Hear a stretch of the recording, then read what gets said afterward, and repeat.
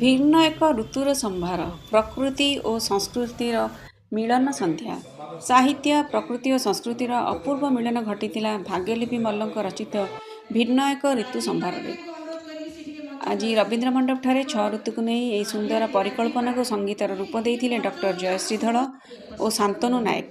ଜୟଶ୍ରୀ ଧଳଙ୍କ ତମେ କେବେ ଆସି କେବେ ଫେରିଯାଅର ଗୀତରେ ଝୁମୁଥିଲେ ରବୀନ୍ଦ୍ର ମଣ୍ଡପ ପ୍ରେକ୍ଷାଳୟରେ ଥିବା ଦର୍ଶକ। ଏଭଳି ପ୍ରକୃତିମୟ ସଙ୍ଗୀତ ବାରମ୍ବାର କରାଯାଉ ବୋଲି ପ୍ରେକ୍ଷାଳୟର ଦର୍ଶକମାନେ କହୁଥିଲେ। ଭାଗ୍ୟଲିପି ମଲ୍ଲ ଓ ଦେବଦାସ ଛୋଟରାୟଙ୍କ ସଂଯୋଜନା ଦର୍ଶକମାନଙ୍କ ହୃଦୟକୁ ଛୁଇଁ ପାରୁଥିଲା।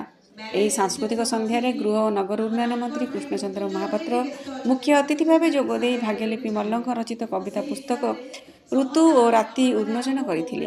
ବହିଟିକୁ ପକ୍ଷୀଘର ପକ୍ଷରୁ ପ୍ରକାଶିତ କରାଯାଇଥିଲା ଏବଂ ଉକ୍ତ ବହିରେ ଥିବା ଏକ ଗୀତ ପାଉଁଜିର ସିଡ଼ିକୁ ମଧ୍ୟ ଉନ୍ମୋଚନ କରାଯାଇଥିଲା।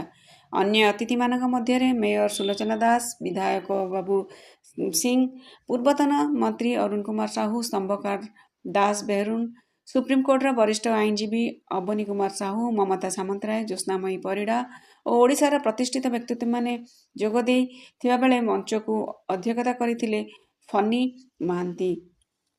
ଏହି ଅବସରରେ ଖଲ୍ଲିକୋଟ ଡକ୍ଟର ଏପିଜେ ଅବଦୁଲ କଲାମ ଜନକଲ୍ୟାଣ ଚାରିଟେବୁଲ ଟ୍ରଷ୍ଟର ସଭାପତି ଓ ସମାଜସେବୀ ପୂର୍ଣ୍ଣଚନ୍ଦ୍ର ବେହେରାଙ୍କୁ ସମ୍ବର୍ଦ୍ଧିତ କରାଯିବା ସହ ଦିବଂଗତ କଣ୍ଠଶିଳ୍ପୀ ହ୍ୟୁମାନ ସାଗର, କବି ଶଙ୍କର ପରିଡ଼ା, କବି ରାଜେନ୍ଦ୍ର ପଣ୍ଡାଙ୍କୁ ଶ୍ରଦ୍ଧାଞ୍ଜଳି ଅର୍ପଣ କରାଯାଇଥିଲା। ଗଞ୍ଜାମ ଜିଲ୍ଲାର ବିଶିଷ୍ଟ ନାଟ୍ୟକାର ଶ୍ରୀମତୀ ଦୀପିକା ଦାସଙ୍କୁ ମଧ୍ୟ ସମ୍ବର୍ଦ୍ଧିତ କରାଯାଇଥିଲା। ଖଲ୍ଲିକୋଟ ଇଞ୍ଜିନିୟର ପ୍ରଭାତ କୁମାର ଷଡ଼ଙ୍ଗୀ ଉପସ୍ଥିତ ଥିଲେ। ମଞ୍ଚ ସଞ୍ଚାଳନ କରିଥିଲେ ଡକ୍ଟର ମୃତ୍ୟୁଞ୍ଜୟ ରଥ। ସମୃଦ୍ଧ ଓଡ଼ିଶାର ରଜତ